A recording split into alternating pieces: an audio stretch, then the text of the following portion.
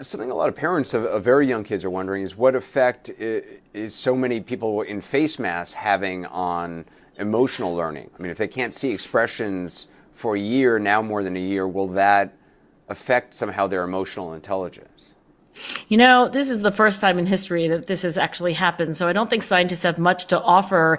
We can only speculate. I will say this, that, for both older and younger kids, they are remarkably resilient. Sometimes people think that resilience is the exception, but actually it's the rule. So my guess is that, whether you've got a 2-year-old at home or a 6-year-old or a 16-year-old, that while we should acknowledge that there are difficulties, while we should acknowledge it's been especially hard for teenagers in some ways, that it's not great to not be able to see people's smiles or frowns, I think we should expect that most young people will bounce back. And I think it's very important, Anderson, that when we talk about, getting back to, routines and seeing grandparents and back to seeing our friends in person, that we not do it from a frame of, loss and brokenness. And I think that if you only dwell on the negative, then young people are going to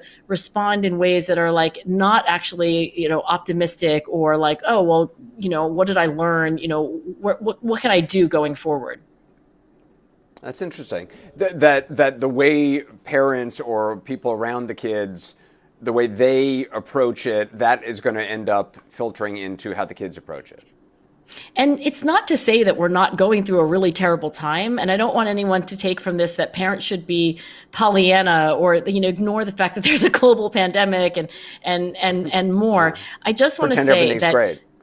Yeah, I mean, that's not what I'm, recommending. But I do think, to having an ability to say that, despite this, I'm really proud of these things that I saw you do, the other day. Like, I'm really excited about these things that are happening. I mean, you have to actually, emphasize the things that your kids have learned, done well, and also you want to, focus them on the future in a way that is positive. And educators that I respect a lot have worried a little bit that, as the headlines are about, learning catastrophes and serious issues that of course need urgent attention, that nevertheless we communicate with our young people in ways that affirm that we believe that they're going to do well, and that we're confident that the next year is going to be a good year.